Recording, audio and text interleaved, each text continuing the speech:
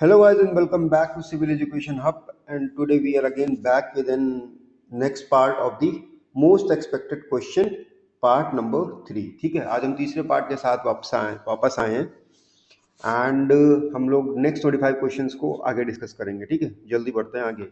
Okay ठीक, okay let's start. कह रहा है the major cause of landslides in the hilly areas is, hilly मतलब जो पहाड़ी रीजन होते हैं वहां पे मेजर कॉज ऑफ लैंडस्लाइड्स क्या होता है? तो डिफॉरेस्टेशन बिल्कुल सही ऑप्शन है। हैवी रेनफॉल मतलब बारिश ज्यादा होगी तो क्या होगा? हाँ बिल्कुल, लैंडस्लाइड आपने सुना भी होगा, बारिश के टाइम में जब पहाड़ों पे बारिश ज्यादा होती है तो लैंडस्लाइड होने के चांसेस ज्यादा हो जाते हैं। ठीक है, अर्थक्वेक, हाँ अर्थक्वेक से भी लैंडस्लाइड हो सकता है, क्योंकि अर्थक्वेक से क्या होगा, लैंड भाई मूव करेगा ना, प्लेट्स मूव करेंगी, तो ऑब्वियसली वो लैंडस्लाइड का कॉज बन सकता है। तो तीनों ऑप्शन सही है, इसलिए ऑल ऑफ दी अबव इसका आंसर होगा, ऑप्शन नंबर डी इसका सही आंसर हो जाएगा। बढ़ते हैं आगे नेक्स्ट क्वेश्चन की तरफ। 52 कह रहा है what is the maximum number of electron in the outer most shell of an atom. Outer most shell of an atom में मैक्सिमम नंबर्स ऑफ इलेक्ट्रॉन्स कितने होते हैं? देखो, जो maximum numbers of atom in the outer most shell, ध्यान रखना ये बहुत इंपॉर्टेंट चीज है, क्योंकि जो आपके इलेक्ट्रॉन्स का वो क्राइटेरिया होता है वैसे होता है 2, 8, 18 ऐसे करके होता है ना कुछ। तो आप ये समझिए कि जो आउटर मोस्ट शेल होगी, सबसे बाहरी कक्षा होगी, उसमें जो मैक्सिमम नंबर्स ऑफ इलेक्ट्रॉन्स होंगे वो होंगे कितने? 8। सिर्फ और सिर्फ 8 इलेक्ट्रॉन हो सकते हैं आउटर मोस्ट शेल में, ये ऑक्टेट रूल के हिसाब से। ठीक है, तो ऑप्शन नंबर डी इसका सही आंसर हो जाएगा। ठीक है, चलते हैं आगे। इसमें कुछ नॉन टेक के क्वेश्चंस भी आ गए आई थिंक आज, कोई बात नहीं, आगे देखते हैं। Which material is used in road construction for binding aggregate. Binding के लिए क्या यूज करते हैं? Bitumen, cement, lime, clay. Road construction में क्या यूज करते हैं? सबको पता होना चाहिए, बिटुमेन यूज करते हैं। अब आप देखिए कितना सिंपल सा क्वेश्चन है, आपको लगेगा कि ये एग्जाम में नहीं, लेकिन ये प्रीवियस ईयर का क्वेश्चन है। आप अभी जेई की प्रीवियस ईयर 2019 का क्वेश्चन, 2019 का पेपर उठा के देखिएगा, उसमें ही आपको क्वेश्चन दिखेगा। तो मतलब लेवल बहुत ज्यादा ऊंचा नहीं आता है, लेकिन हाँ you need to know everything, मतलब आपको पढ़ना सब कुछ है लेकिन इन डेप्थ बहुत नहीं पढ़ना है। तो इस चीज को हमेशा ध्यान रखिएगा कि पेपर का लेवल क्या है, उस हिसाब से पढ़ाई की जाती है। अगर यही एक असिस्टेंट इंजीनियर लेवल का पेपर होता, एई लेवल का पेपर होता, तो मे बी न्यूमेरिकल ज्यादा आते या फिर थ्योरी में भी डेप्थ आती है। अभी क्या है, आपको दिख रहा होगा थ्योरी में इतनी डेप्थ नहीं है, वो इसीलिए नहीं है क्योंकि ये जे लेवल का पेपर है और थोड़ा सा इजी लेवल का है देखा जाए तो। ठीक है, चलते हैं आगे। Question number 54, the unit of power in SI system. Unit of power क्या होती है? मैंने बताया भी है कई बार, पावर क्या होता है? Work done per unit time, and that is called, इसकी यूनिट क्या होती है? वॉट होती है। तो वॉट इसकी यूनिट हो जाएगी, ऑप्शन नंबर सी इसका सही आंसर हो जाएगा। ठीक है, चलते हैं आगे 55वें क्वेश्चन पे। The main reason for providing expansion join in the bridges. Expansion join क्यों देते हैं ब्रिजेज में? सबसे इंपॉर्टेंट चीज। ठीक है, तो एक्सपेंशन ज्वाइन क्या होता है पहले आपको ये पता होना चाहिए। देखो, ब्रिज है जो, वो अगर मान लो कंक्रीट का है या लोहे का है, किसी चीज का भी है, तो आप ध्यान रखिएगा कि ये मान लो ब्रिज बना है, एग्जाम्पल। ठीक है, ये कुछ ऐसा करके ब्रिज है, ये कुछ के सपोर्ट्स हैं वगैरह हैं। ठीक है, यहाँ रोलर सपोर्ट डाल दिया है। ठीक, अब क्या होता है, जब भी टेम्परेचर बढ़ेगा, ठीक है, या घटेगा, खासकर जब बढ़ेगा तो क्या होगा, ये जो ब्रिज है इसके, ये जो जिस चीज से बना, जिस मटेरियल से बना, उसके पार्टिकल में एक्सपेंशन होगा। एक्सपेंशन के कारण ये ब्रिज कहाँ, इधर उधर इधर खिसक सकता है। ठीक है, तो वो जो स्पेस एक्स्ट्रा हम देते हैं वो किस लिए देते हैं? एक्सपेंशन के लिए देते हैं। तो मेनली एक्सपेंशन जॉइंट्स यहाँ पे प्रोवाइड करते हैं। कहाँ पे प्रोवाइड करते हैं? यहाँ पे प्रोवाइड करते हैं। क्यों करते हैं? क्योंकि एक्सपेंशन और कॉन्ट्रैक्शन को कंट्रोल करने के लिए। ऐसा ना हो कि यहाँ पे बिल्कुल हमने इसको रिजिड कर दिया, ये बिल्कुल रिजिड कर दिया, यहाँ पे फिक्स कर दिया, जिसकी वजह से एक्सपेंशन हुआ और ब्रिज में क्रैक्स आ गए। तो इसलिए हम लोग क्या करते हैं कि थोड़ी स्पेस दे देते हैं एक्स्ट्रा एक्सपेंशन के लिए, और वहीं पे एक्सपेंशन ज्वाइंट और कॉन्ट्रैक्शन ज्वाइंट का यूज भी करते हैं हम लोग, एक्सपेंशन ज्वाइंट का यूज, सॉरी, ब्रिजेस में। तो इसका आंसर हो जाएगा ऑप्शन नंबर ए। तो allow for the temperature expansion and contraction, temperature के द्वारा जो एक्सपेंशन या कॉन्ट्रैक्शन होता है उसके लिए हम लोग एक्सपेंशन ज्वाइंट का यूज करते हैं ब्रिजेस के अंदर। ठीक है, मैंने आपको रीजन भी बता दिया पूरा। चलते हैं आगे, क्वेश्चन नंबर 56 पे कह रहा है the purpose of reinforcement in pre stress concrete is to. Reinforcement का पर्पस क्या होता है प्री स्ट्रेस कंक्रीट में? कंप्रेसिव स्ट्रेसेस को करता है, या फिर वेट रिड्यूस करता है, टेंसाइल स्ट्रेसेस को रेजिस्ट करता है, या इंप्रूव अपीयरेंस? तो अपीयरेंस तो बिल्कुल नहीं होगा, वेट भी बिल्कुल नहीं होगा, क्योंकि स्ट्रक्चर का वेट अच्छा खासा होता है, वेट कम करने के लिए यूज नहीं किया जाता है। अब सवाल ये होता है भाई कंप्रेसिव को रेजिस्ट करेगा कि टेंशन को रेजिस्ट करेगा? तो उस दिन मैंने आपको बताया था रीइंफोर्समेंट का पर्पस क्या होता है कंक्रीट के अंदर। Concrete is weak in tension, tension में कंक्रीट जो होती है वो वीक होती है, जिस वजह से हम लोग रीइंफोर्समेंट डालते हैं किसी भी कंक्रीट स्ट्रक्चर में, ठीक है? तो वो रीइंफोर्समेंट क्या करता है, वो टेंसाइल फोर्सेस को रेजिस्ट करने के लिए यूज होता है। तो option number C will be the right answer, ठीक है, क्योंकि कंक्रीट में टेंसाइल फोर्सेस वीक होती है। चलते हैं आगे 57 नंबर क्वेश्चन पे। The property of the fluid that causes it to resist relative motion between its layer. So ऐसी कौन सी प्रॉपर्टी है जो कि रेजिस्ट करती है, क्या क्या रेजिस्ट करती है? रिलेटिव मोशन को रेजिस्ट करती है। 1 सेकेंड, हाँ, जो कि रिलेटिव मोशन को रेजिस्ट करती है बिटवीन द लेयर्स, मतलब लेयर्स हैं ये, इसके बीच के जो मोशन को है वो रेजिस्ट करती है। वो क्या प्रॉपर्टी होती है? वो होती है विस्कोसिटी। भाई between the layers of the liquid, liquid की लेयर्स के बीच में क्या प्रॉपर्टी होती है? विस्कोसिटी ही प्रॉपर्टी होती है, तो वही रेजिस्टेंस प्रोवाइड करेगी, और क्या प्रोवाइड करेगी, ठीक है? तो ऑप्शन नंबर बी इसका सही आंसर था। चलते हैं आगे 58 नंबर क्वेश्चन पे। 58 नंबर क्वेश्चन में क्या क्या क्या कह रहा है? The process of heat transfer through direct contact without the movement of particle. मैंने उस एक बार अभी क्लास ली थी फिजिक्स की, तो मैंने वहाँ कंडक्शन और कन्वेक्शन के बीच का डिफरेंस बताया था। मैंने कन्वेक्शन को अच्छे से एक्सप्लेन किया था। तो मैंने वहाँ बताया था कि कन्वेक्शन में क्या होता है कि मान लो ये आपके पास पतीला है, यहाँ पे कुछ पानी भरा है आपका, ठीक है, यहाँ पे पानी भरा है। तो जब आप हीट करोगे, जब आप हीटिंग करोगे इसकी, मान लो आपने यहाँ से हीटिंग करी इसकी, तो हीटिंग करने की वजह से क्या होगा, जो ये नीचे वाले पार्टिकल जितने हैं ये वाले, जब गर्म होंगे तो ये ऊपर जाएंगे, और जो गर्म वाले ठंडे वाले पार्टिकल्स हैं वो नीचे की तरफ आएंगे। इस साइकिल को हम लोग क्या कहते हैं? कन्वेक्शन कहते हैं। इस साइकिल को हम लोग कन्वेक्शन कहते हैं, ठीक है? तो अब ये क्या कह रहा है क्वेश्चन में? The process of heat transfer through direct contact कर रहे हैं यहाँ पे without the movement of particles, मतलब पार्टिकल्स का मूवमेंट नहीं कर रहे हैं, तो इसका मतलब क्या? कन्वेक्शन तो नहीं है, तो ऑप्शन नंबर ये ए तो गलत हो गया। अब आगे क्या है? रेडिएशन में तो बिल्कुल क्या कहते हैं, विदाउट द काउंट नहीं होता, तो रेडिएशन भी नहीं होगा। इवापोरेशन तो बिल्कुल तो बचा क्या हमारे पास? बचा हमारे पास सी, कंडक्शन। कंडक्शन में क्या होता है? Conduction is a transfer of heat through the direct contact between the particles without bulk movement, मतलब direct contact between the particles से होते हैं, ये पार्टिकल्स का डायरेक्ट कॉन्टैक्ट होता है आपस में, कोई बल्क मूवमेंट नहीं होता है, मतलब ऐसा मूवमेंट, साइक्लिक मूवमेंट नहीं होता है कंडक्शन में, ठीक है? और रेडिएशन में क्या होता है? रेडिएशन में मीडियम ही नहीं होता है, मतलब बीच का जो है, जैसे रेडिएशन में आप एग्जांपल दे सन, जो सन अपनी एनर्जी हम पे दे रहा है, सन लाइट अपनी दे रहा है, जिससे गर्मी महसूस होती है, अभी गर्मी का मौसम भी आ रहा है, तो इससे क्या है? ये रेडिएशन का फिनोमेना है, ठीक है? चलते हैं आगे क्वेश्चन नंबर 59 पे। 59 का नंबर क्वेश्चन हमारा क्या कह रहा है? हाँ, 59 नंबर का क्वेश्चन हमारा ये कह रहा है, term BOD in the waste water treatment stands for. BOD क्या होता है? अब देखो यहाँ पे क्या है, बहुत लोग जल्दी जल्दी में अगर बीओडी बीओडी पढ़े होंगे तो उनको फुल फॉर्म नहीं पता होगा, तो सिंपल सी बात है, याद रखिएगा हमेशा, इट्स इट बायोकेमिकल या बायोलॉजिकल ऑक्सीजन डिमांड होती है। तो क्या होती है? डिमांड होती है ये, बायोलॉजिकल ऑक्सीजन डिमांड, ठीक है? चलते हैं आगे 60।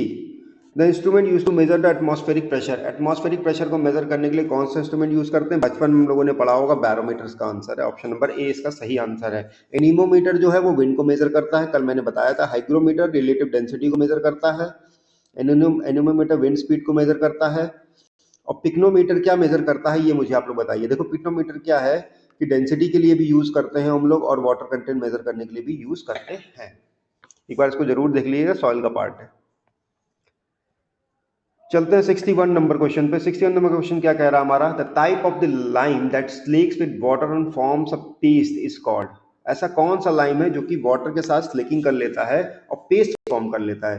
देखो पेस्ट फॉर्मेशन जो होता है वो हमेशा एक अच्छी क्वालिटी रिच लाइम में होता है। रिच लाइम मतलब फैट लाइम। तो ऑप्शन नंबर बी इसका सही आंसर हो जाएगा, ठीक है? चलें आगे बढ़ते हैं। अब देखो फैट लाइम को क्या बोलते हैं, एक फैट लाइम को बोलते हैं हाई कैल्शियम लाइम भी बोलते हैं, because less in water to form a smooth paste. इसीलिए प्लास्टिंग और मोटार प्रिपरेशन में इसको यूज करते हैं, पॉइंटिंग प्लास्टिंग में इसको यूज कर लेते हैं हम लोग। ठीक है, चलते हैं क्वेश्चन नंबर 62 के ऊपर। The most suitable material for dam proofing, ये मैंने कल भी बताया था, क्वेश्चन शायद कल भी था, तो इसका आंसर होगा option number B, vitamin. Vitamin का यूज करते हैं, मैंने पूरा एक्सप्लेन भी किया कि सीलन के टाइम पे हम लोग विटामिन का यूज क्यों करते हैं। इसलिए करते हैं क्योंकि विटामिन वाटर रेजिस्टेंट प्रॉपर्टीज होता है, मॉइस्चर पेनिट्रेशन को बिल्डिंग्स के अंदर रोकता है, मॉइस्चर को इधर से उधर नहीं जाने देता अगर विटामिन की लेयर हम लोग लगा देते हैं तो। ठीक है, चलते हैं क्वेश्चन नंबर 63 के ऊपर। कह रहा है the load carrying capacity of a pile. Pile की जो लोड कैरिंग कैपेसिटी है वो किस चीज पे डिपेंड करती है, टाइप ऑफ द सॉइल पे डिपेंड करती है। हाँ बिल्कुल डिपेंड करती है भाई, अगर क्ले सॉइल होगी तो हम लोग अलग पाइल यूज करेंगे, मान लो फ्रिक्शन पाइल यूज करेंगे, और अगर कोई और प्रकार की सॉइल होगी तो हम लोग एंड बेयरिंग पाइल्स का यूज कर सकते हैं, तो टाइप ऑफ द सॉइल पे डिपेंड करती है। अच्छा, लेंथ ऑफ द पाइल, बिल्कुल, अगर मान लो फ्रिक्शन पाइल है या कहीं क्ले स्ट्रक्चर है तो हमें लेंथ ऑफ द पाइल, मतलब फ्रिक्शन पाइल जब हम यूज करेंगे, मान लो क्ले है जिसके लिए हम फ्रिक्शन पाइल यूज कर रहे हैं तो उसकी लेंथ ज्यादा होगी, वहीं एंड बियरिंग में स्ट्रेटा मिल जाएगा तो हमारी लेंथ ज्यादा नहीं होगी। तो लेंथ ऑफ द पाइप पे डिपेंड करता है, डायमीटर पे तो बिल्कुल ही करता है डिपेंड, सबको पता है क्योंकि फॉर्मूले में ही है ये। ठीक है, तो ऑप्शन नंबर डी इसका सही आंसर हो जाएगा, जो कि होगा ऑल ऑफ द अबव। ठीक है, चलते हैं आगे। Question number 64, the process of removing air from a freshly placed concrete is called. जो एयर हम लोग निकालते हैं, ठीक है, फ्रेशली प्रिपेयर्ड कंक्रीट से, उसे हम लोग क्या कहते हैं। देखो एयर वॉइड्स को रिमूव करने के प्रोसेस को हम लोग क्या कहते हैं, हम लोगों ने सॉइल में भी पढ़ा है। जब हम लोग पानी को रिमूव करते हैं तो उसे हम लोग क्या कहते हैं, एक सेकेंड, ओके, सो जब हम, मैं क्या कह रहा था, पानी को जब हम लोग रिमूव करते हैं तो उसे क्या कहते हैं, कंसोलिडेशन कहते हैं। ठीक है, और जब एयर वॉइड्स को रिमूव करते हैं तो उसे क्या कहते हैं, उसे कहते हैं कॉम्पैक्शन। ठीक है, तो वही तो ये पूछ रहा है, बस ये कंक्रीट के रिस्पेक्ट में पूछ रहा है। ठीक है, तो अगर हम लोग एयर वॉइड्स को रिमूव कर रहे हैं तो उस एयर वॉइड्स को रिमूव करने के प्रोसेस को हम लोग क्या कहेंगे, उसे कहेंगे compaction of the concrete. Vibration नहीं होगा, याद रखना, वाइब्रेशन नहीं होगा।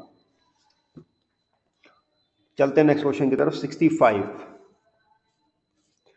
The component in a brick making improves it's plasticity. ऐसा कौन सा कंपोनेंट है जो प्लास्टिसिटी को इंप्रूव करता है। सबको पता होना चाहिए कि एल्यूमिना जो होता है वो ब्रिक की प्लास्टिसिटी को इंप्रूव करता है क्ले के कारण, क्योंकि एल्यूमिना में क्ले होता है, इस वजह से वो प्लास्टिसिटी को इंप्रूव करता है। और एक्सेसिव श्रिंकेज, जो उसकी सिकुड़ने की क्षमता होती है, उसको रोकता है। ठीक है, ज्यादा श्रिंकेज नहीं होने देता। चलते हैं 66वें नंबर क्वेश्चन पे। The soil property that determines the ability to allow water to pass through is. ऐसी कौन सी सॉइल की प्रॉपर्टी है जो कि एबिलिटी डिटरमाइन करती है उसकी, कि पानी उसके थ्रू पास कर जाए। कल मैंने बताया था, ये बहुत सिंपल सी है। मान लो ये बहुत सारे सॉइल के पार्टिकल्स हैं और उसके बीच से पानी ऐसे ऐसे करके निकल रहा है, तो उसे क्या कहते हैं, हम लोग कहते हैं परमेबिलिटी। ये परमेबिलिटी ऑफ द सॉइल है। कोहेजन, प्लास्टिसिटी, कॉम्पैक्शन से कोई संबंध नहीं। Permeability of the soil is the property of the soil that defines how easily a water, कितनी आसानी से पानी यहां से पास कर सकता है, इसी को कहते हैं हम लोग परमेबिलिटी। चलते हैं 67 नंबर क्वेश्चन पे। 67 नंबर क्वेश्चन हमारा क्या है, the purpose of providing expansion join in a concrete payment. अब देखो वहां पे पूछा था क्या, कि ब्रिजेस में क्यों प्रोवाइड करते हैं, लेकिन एक्सप्लेनेशन वही होगा। एक्सपेंशन ज्वाइन का जो पर्पज होता है वो सेम होता है, कि टेम्परेचर वेरिएशन के कारण जो एक्सपेंशन या कॉन्ट्रैक्शन आ रहा है, जो भी एक्सपेंशन या कॉन्ट्रैक्शन जो भी आ रहा है, उसको कॉम्पनसेट करने के लिए हम लोग एक्सपेंशन ज्वाइंट्स का यूज करते हैं। ठीक है, तो इसका आंसर भी क्या हो जाएगा, reduce cracking due to temperature changes. ठीक है, टेम्परेचर चेंजेस या थर्मल चेंजेस के कारण जो भी क्रैकिंग प्रिवेंट होने की चांसेस होते हैं, उसको रिड्यूस करने के लिए हम लोग एक्सपेंशन जॉइंट्स का प्रावधान रखते हैं। ठीक है, 68, the percentage of carbon in the mild steel. ये इंपॉर्टेंट है क्योंकि माइल्ड स्टील सबसे ज्यादा यूज होता है, इसकी प्रॉपर्टी सबसे ज्यादा हम लोग पढ़ते हैं, सबसे ज्यादा ये पढ़ाया भी जाता है किसी भी सोम में या अन्य चीजों में। तो इस चीज का ध्यान रखिएगा, माइल्ड स्टील में परसेंटेज ऑफ कार्बन वो पूछ सकता है डायरेक्टली, बहुत ही मिनिमल परसेंटेज होता है, जो कि होता है 0.05 से लेकर 0.25% तक। ठीक है, इसको याद रखिएगा। तो इसका आंसर हो जाएगा ऑप्शन नंबर ए। ठीक है, और इसकी प्रॉपर्टी क्या होती है माइल्ड स्टील की? ये डक्टाइल मटेरियल होता है। क्या होता है ये? सॉरी, ये डक्टाइल मटेरियल होता है, ये याद रखिएगा। चलते हैं नेक्स्ट क्वेश्चन की तरफ।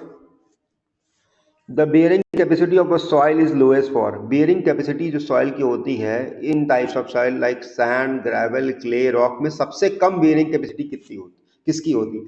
बेयरिंग कैपेसिटी मतलब ये समझ लीजिए कि आप किसी सॉइल की लोड लेने की कैपेसिटी कितनी हो सकती है, सबसे कम किसकी होगी? तो सबसे कम उसी की होगी जो सबसे ज्यादा स्वेल या श्रिंक करने के चांसेस होंगे, जो कि क्ले में सबसे ज्यादा होते हैं। रॉक सबसे मजबूत हो जाएगा देखा जाए तो, क्योंकि एक अच्छा बेस बनाएगा। उससे ग्रेवल भी अच्छा बेस बनाएगा। सैंड उसके बाद थोड़ा सा कम होगा ग्रेवल से, लेकिन ठीक ठाक है। क्ले बिल्कुल ही खराब हो जाएगा। इसलिए ऑप्शन नंबर सी, सबसे कम बेयरिंग कैपेसिटी किसकी है? क्ले की है। सबसे ज्यादा किसकी है? रॉक की है, ग्रेवल की है। ठीक, चलते हैं नेक्स्ट क्वेश्चन की तरफ। क्वेश्चन नंबर 70 हमारे सामने कह रहा है कि in concrete the main function of coarse aggregate is to. हाँ, in concrete the main function of the coarse aggregate क्या होता है? कंक्रीट के अंदर मेन कोर्स एग्रीगेट का दो, हमारे पास कंक्रीट में क्या होता है? सीमेंट होता है, ठीक है, सॉरी 1 सेकेंड, सीमेंट होता है। उसके बाद क्या होता है?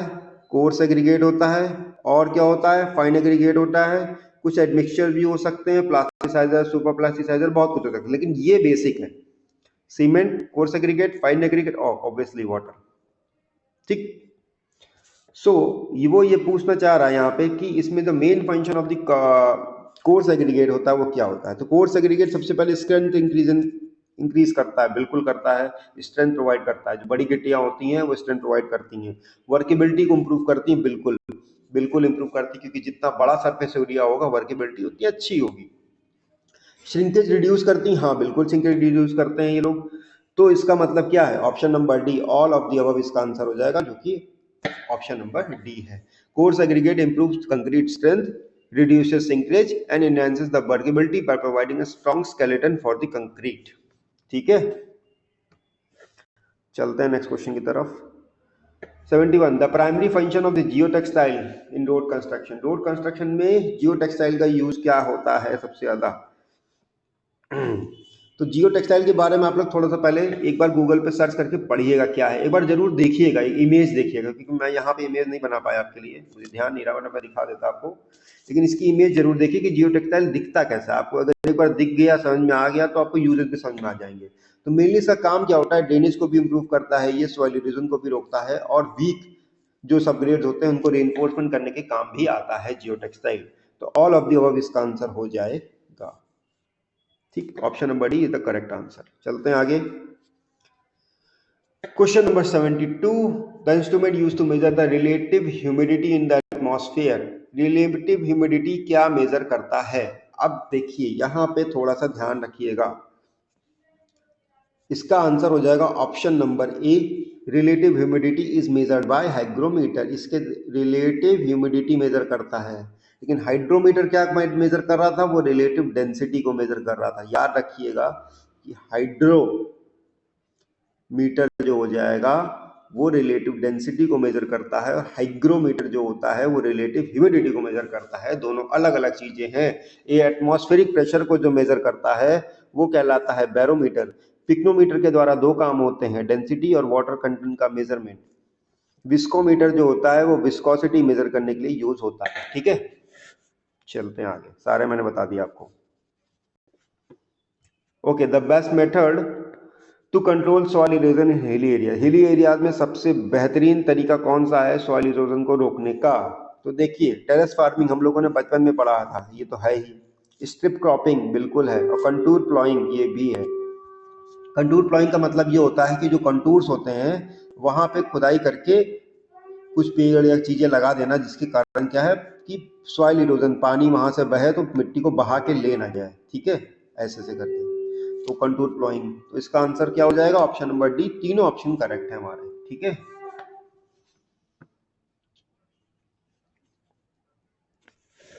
The process of removing dissolve gases from the water, एक मिनट, हाँ यही question. The process of removing dissolve gases from the water is called. Dissolve gases को वाटर से रिमूव करने के प्रोसेस को हम लोग क्या कहते हैं? उसे कहते हैं हम लोग एरिएशन। जब हम लोग एरेशन प्रोवाइड करते हैं पानी के अंदर तो जितनी भी डिजॉल्व गैसेज हैं वो निकल जाती हैं, जिसकी वजह से एसिडिटी हमारी जो होती है, सॉरी, एसिडिटी जो होती है वो रिड्यूस हो जाती है और पानी सही रहता है ट्रीटमेंट के लिए आगे। ठीक है, next question 75, I think this is the last question. The type of the bridge that uses cable for is support. Cable bridge जो ऐसा कौन सा है जो केबल सपोर्ट के लिए यूज करता है? यार थोड़ी सी ड्राइंग गड़बड़ हो गई, 1 मिनट रुकना, सही से बना देता हूँ। अरे यार, हाँ कुछ ऐसा करके होता है। इसे हम लोग क्या कहते हैं? इसे हम लोग कहते हैं, ऑप्शन में अगर देखें तो सस्पेंशन ब्रिज कहते हैं, जो कि सस्पेंडेड होता है केबल सपोर्ट के द्वारा। ठीक है, तो इसका होता है केबल के सपोर्ट्स के द्वारा सस्पेंडेड होता है, इसलिए इसको सस्पेंशन ब्रिज हम लोग बोलते हैं। सो that is all for today. आज के लिए इतना ही। कल फिर मैं एक लेक्चर लेके आऊंगा विद 25 क्वेश्चंस। ठीक है, इस तरीके से मैं लगातार आपके लिए पर डे क्वेश्चन की सीरीज लाता रहूंगा, और ये क्वेश्चन एसएससी, आरआरबी और कुछ अन्य एग्जाम जो कि इसी लेवल के हैं, इनसे मिक्स करके मैंने बनाए हैं और निकाले हैं, जो कि बार बार आते हैं। ठीक है, तो मोस्ट एक्सपेक्टेड क्वेश्चन का मतलब ही यही है कि वो क्वेश्चन बार बार रिपीट होते हैं। तो मैं ये चाहता हूं कि एटलीस्ट रिपीटेड क्वेश्चन आपके ना फंसे। ठीक है, पहली बात। दूसरी बात, इनको क्वेश्चन को अगर आप एज अ मॉक लगाना शुरू कर देंगे, मतलब मॉक का मतलब ये है कि जितना मैं बताता जा रहा हूँ, पहले मैं क्वेश्चन आपको दिखाता हूँ, तो उस टाइम आप वीडियो को पॉज करिए, सही आंसर जज कीजिए और फिर वीडियो को आगे करके देखिए। तो थोड़ा आपको इसके लिए प्रिपरेशन भी हो जाएगी, एक तरीके से टेस्ट हो जाएगा आपका 20-25 मिनट में, अच्छा टेस्ट। ठीक है, तो ये काम करिए आप। तो अगर आप इसको मॉक के जैसे लगाते हैं और चीज़ें जैसे मैं बता रहा हूँ वैसे करते जा रहे हैं, तो आपको इससे काफ़ी फायदा मिलेगा लॉन्ग टर्म में। आप अभी ये 4 लेक्चर हो जाएंगे, 100 क्वेश्चन हो जाएंगे, उसके बाद आप एक काम करिएगा, आप एक जनरल सा एक छोटा सा टेस्ट लगा के देखिएगा, टेक्स्ट बुक से या कहीं से भी, जो आपको प्रेफरेबल हो, जो भी आप मटेरियल यूज कर रहे हो, आप वहां से सिर्फ सिविल इंजीनियरिंग के टेस्ट लगा के देखिएगा, आपको फर्क खुद ब खुद पता चल जाएगा कि किस टाइप के क्वेश्चन आप लोगों ने देखे। बस बस शर्त यही है कि जो क्वेश्चन मैं बताता जा रहा हूँ उसको ढंग से देखिए, सुनिए, समझिए, और हो सके तो उसको, अगर आपको वो बिल्कुल भी नहीं आता या आपको बिल्कुल भी आइडिया नहीं है उस क्वेश्चन का, कुछ क्वेश्चन जो होंगे वो आप डायरेक्टली कर लोगे, लेकिन कुछ क्वेश्चन ऐसे होंगे जिसका आपको बिल्कुल भी आइडिया नहीं होगा, तो उन क्वेश्चन के केस में आप उनको कहीं ना कहीं नोट डाउन जरूर कर लीजिए शॉर्ट नोट्स के फॉर्म में। शॉर्ट नोट्स की एक A4 शीट ले लीजिए, उसी में लिख लीजिए, सिंपल, ठीक, इजी हो जाएगा आपके लिए। So that is all for today. Till then goodbye, take care, अपना ध्यान रखिएगा, पढ़ाई करते रहिएगा। बाकी कोई भी डाउट्स हो, कोई भी चीज़ें हो, तो हमारा ग्रुप है टेलीग्राम पे, डिस्क्रिप्शन में लिंक है, उसको आप वहाँ से ज्वाइन कर सकते हैं। इसकी PDF भी आपको वहीं पे मिलेगी। ठीक है, till then okay, goodbye and take care, thank you.